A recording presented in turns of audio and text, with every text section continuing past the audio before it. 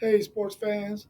This is Robert with WTP Sports Dudes, here to talk a little bit of Texas Longhorns football. So, fall camp, this is practice number 7 or 8, I believe. And listen, the Texas Longhorns are going to give some teams some trouble. Listen, offensively, they are looking for their circle of trust. Circle of trust is those players that Coach Sarkisian knows he can rely on to be in the right places at the right time. Players he know can execute his game plan to a T and who will not make a whole bunch of mistakes. Normally, Coach Steve Sarkisian does not play a lot of wide receivers. He finds his 3 or 4 guys that he trusts to go out there and be in the spots they need to be in when that ball needs to be thrown, and he usually goes with those 3 or 4 guys. This year, he's faced with the dilemma of having 6 guys that he's going to need to rely on in his circle of trust. And right now, he's built up a good solid three in DeAndre Moore, Isaiah Bond, and Jonte Cook in that first unit. But in the second unit, he's still trying to get those guys together. But Silas Bolton has been a bright spot with that second unit, along with Ryan Wingo, who has been catching a lot of passes from Art Manning with that second unit. And Matthew Golden as well in that second unit. So those 6 guys are trying to build that circle of trust. Some of them are having a little bit of issue with being in the right spot, running the right routes. But I know they'll clean that up in the next coming practices so that those guys can get up to speed with those quarterbacks, Quinn Ewers, Ark Manning, and Trey Owens. And Trey Owens, y'all, he's an unknown dude, but listen, he can play. He can really toss that ball. He's a big kid, like 6'5", 235, 240. He's a really big kid who has a really good arm. Also, at that running back position, they're still trying to figure out how deep they're going to go in that running back position since they lost 2 running backs to season ending injuries. Cedric Baxter with the LCL and the PCL, and Christian Clark with the torn Achilles. So those 2 guys are out. So now they got 3 scholarship running backs in Jalon Blue, Trey Wisner, and Jarek Gibson. Those are the 3 scholarship players, but they also have a walk on in Cole Page, who has some good high school stats, who's a junior, who has a body built for the running back position at 5'11", 210. So that's a guy that they could definitely use there. They're also doing a little bit of H-back with Juan Davis. He's a tight end who they're going to probably need in that H-back position to help block. And hopefully he can get up to speed if they decide to put him in that running back spot too, to be able to run that inside zone if they need to on those dual plays where you can run or pass. Also, they're trying to work out Ryan Niblett, but at the moment, Ryan Niblett, he has fumble issues. So, they're probably not gonna rely on him in that circle of trust with those kind of issues. And as for the tight ends are looking really good. When you got an inline blocker like Gunnar Ham, who can block and who can also sneak out after blocking and get out there in the flats and make some plays. But the real danger with this Texas offense is when Amari Niblock is on the field, because he's a willing blocker, but he's also a guy that they can spread out into that X position so that he can hunt matchups. And that's going to be tough for a lot of defenses. And you'll get to see that early in the season, because when they play some of those top notch teams early in the season within those first 6 or 7 games, you're going to get to see how they use Amari Niblack. And they also have, like I talked about earlier, Juan Davis, who also plays tight end, who is also a willing blocker. He's not as big as those other two tight ends, but he also has a skill set that Texas will be able to use to exploit other teams' defenses.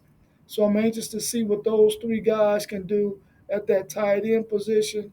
And I know that Sarkeesian is going to put them in winning positions so that they can make plays for this offense. I'm also excited about the progress that Jordan Washington and Spencer Shannon are making as well at that tight end position. Both of those guys are up and coming young guys, and Spencer Shannon I think was hurt last year, so he's coming off of the injury that he had, and he's fully healthy, and he's been making a lot of strides in this fall camp as well. Now listen, Sarkeesian is going to make sure that his offense is clicking. By the end of this weekend, they're going to probably go into their install for their up and coming games, of course, against Colorado State. And Michigan fans, trust me, he's going to be scheming some things about Michigan as well in these last 2 weeks of fall camp. So he's definitely going to have Michigan on his mind and how he's going to run his offense to score some points against Michigan's dynamic defense because their front seven is one of the best front sevens in college football, and they also have the best cornerback, as you heard me say many times on this channel, in the country. He's probably a top 5 pick. That's how good this guy is. I think his last name is Johnson.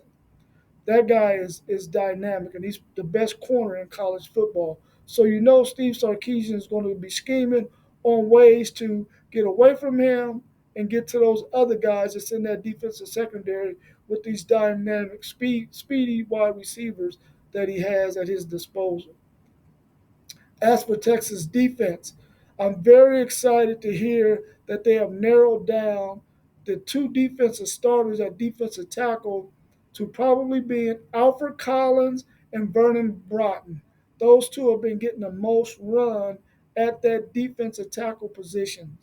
So that's going to be key. Both of those guys have the most experience in this system, even though they don't have the most experience playing college football. Now, Alfred Collins has been playing for 5 years, so we expect big things out of him because we saw what he did as a freshman. He just didn't get up to speed. Plus, we had some dynamic defensive tackles the last 2 seasons. Uh, and you all know who they are because they're all in the NFL right now. So I'm glad to see that that's happening with them. And we also got 4 other guys that can come in and split time with those 2 guys so that we can keep everybody fresh and healthy and attacking those offenses that we're going to face this year. I'm also excited about our defensive ends as well. And I made a mistake in an earlier video when I called our NASCAR package, the pony package. The pony package is in the offense when we got 2 backs in the backfield. When we're in 21 personnel. 21 personnel is 2 backs, 1 tight end. And sometimes you hear me say 12 personnel, and that's 1 back and 2 tight ends. So I wanted to clear that up. NASCAR package is when Texas will bring in 4 speed rushers on downs that they know the team is going to be passing, and it's a long down and distance, like a 3rd and 17 or a 3rd and long. So they're going to bring in that NASCAR package with those 4 defensive ends who can really get to the quarterback to get that ball out of his hand early, because we all know we don't want Texas to have a situation like they had in 2019 against LSU when Burrow had enough time to catch Jefferson crossing across the middle to make that touchdown to win that game against Texas. Now, listen, we don't want that to happen again. So we have a group of guys that we know we can bring in on that NASCAR package to get pressure on that quarterback. So we're excited that we have those guys to be able to utilize in that way. At linebacker, we're looking really, really solid with David Benda, who is a 5-year person in our system, who we know is going to be able to get out there and play well for us. He can also get after the quarterback as well, as you got to see him do that last year against Alabama when he sacked Jalen Milrow. And Anthony Hill, if you go watch his highlights from last year as a freshman, he balled out. I think he had 4 or 5 sacks last year as a freshman. And then we have uh, Maurice Blackwell, who is one of our backers that we'll have out there when we run that pony package, where we have all kinds of speed on the field to get to, if they run a short crosser, that can get to those wide receivers, and to get to the quarterback, we got guys that can get after it. So we're excited about that. And we're also excited about Leona LaFau at the linebacker position. This guy can really cover backs out the backfield, and he can also cover those tight ends on those short routes and those underneath routes that you really need your linebacker to be in position to make plays there. And we're excited about Darion Gillette, who was also playing some linebacker, but they also played him out a little bit at running back as well once we lost those two running backs. So we're excited about him getting up to speed. He's a thumper. And at the cornerback position, we believe that Gavin Holmes is going to secure that other cornerback position that was abandoned by Terrence Brooks when he decided to jump into the transfer portal. And then across from him will be Malik Muhammad, who I talked about earlier in earlier videos as being a technician. He is a ball hawk and he's a technician. And he's really able to cover guys, especially when he knows that pass rush is going to be there. He's going to gamble and make some plays for us. And also at the safety position, our safety unit is deep. I mean, it's really, really deep. When you got a 3-year starter that transferred in from Clemson and Andrew Makuba, who made some plays in the last scrimmage, got an interception, and also Derek Williams, who is a long kid who has long arms, got a long frame, and is fast. And that's what Texas lacked last year was speed in the secondary and speed at that safety position with the guys that we had starting there last year. This year is a much greater upgrade, especially when the speed is needed in those guys that we have back there. Also, we got Michael Taffy, who's a walk-on, who's a junior who walked on out of a school in Austin, and this guy has been solid as a rock because he's very smart.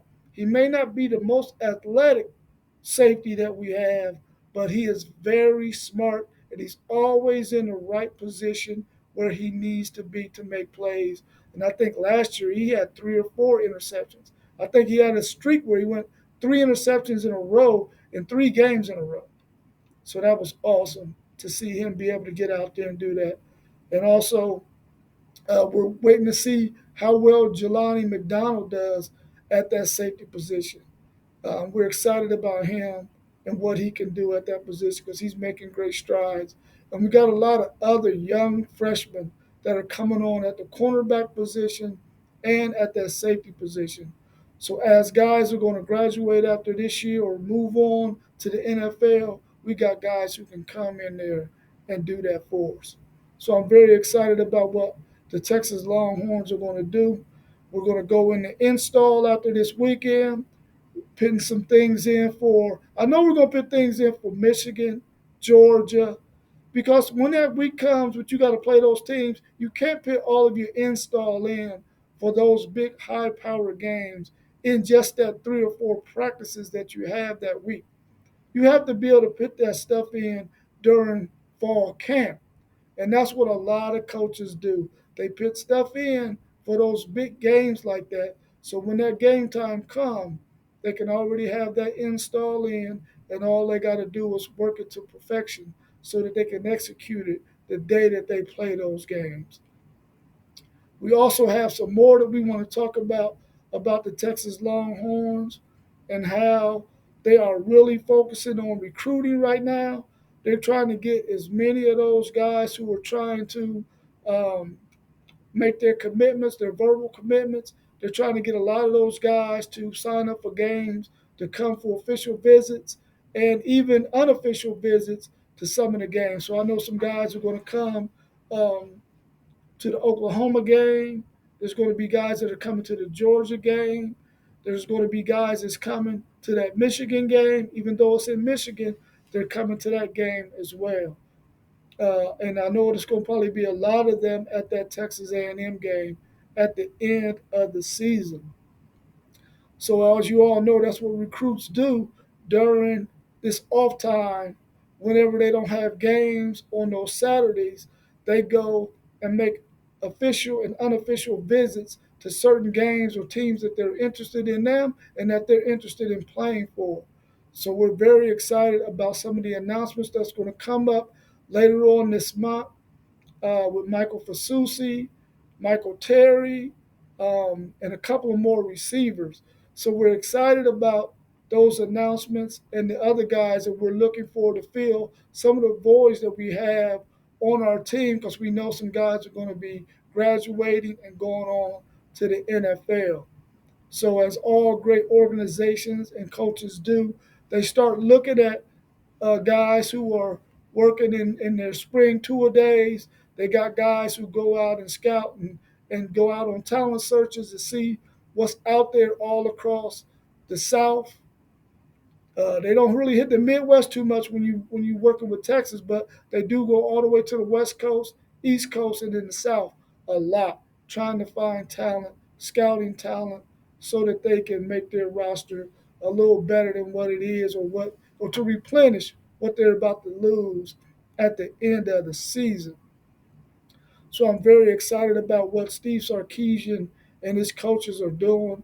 Those guys are very knowledgeable about what they do, and I'm very excited to see what they're going to do in December because you all know that when December rolls around, some of those guys who committed other places, even though Texas was high on their list, and they decided to go to a Oregon or to a Texas A&M or to a Alabama or to a Ohio State or to a USC or to a Georgia.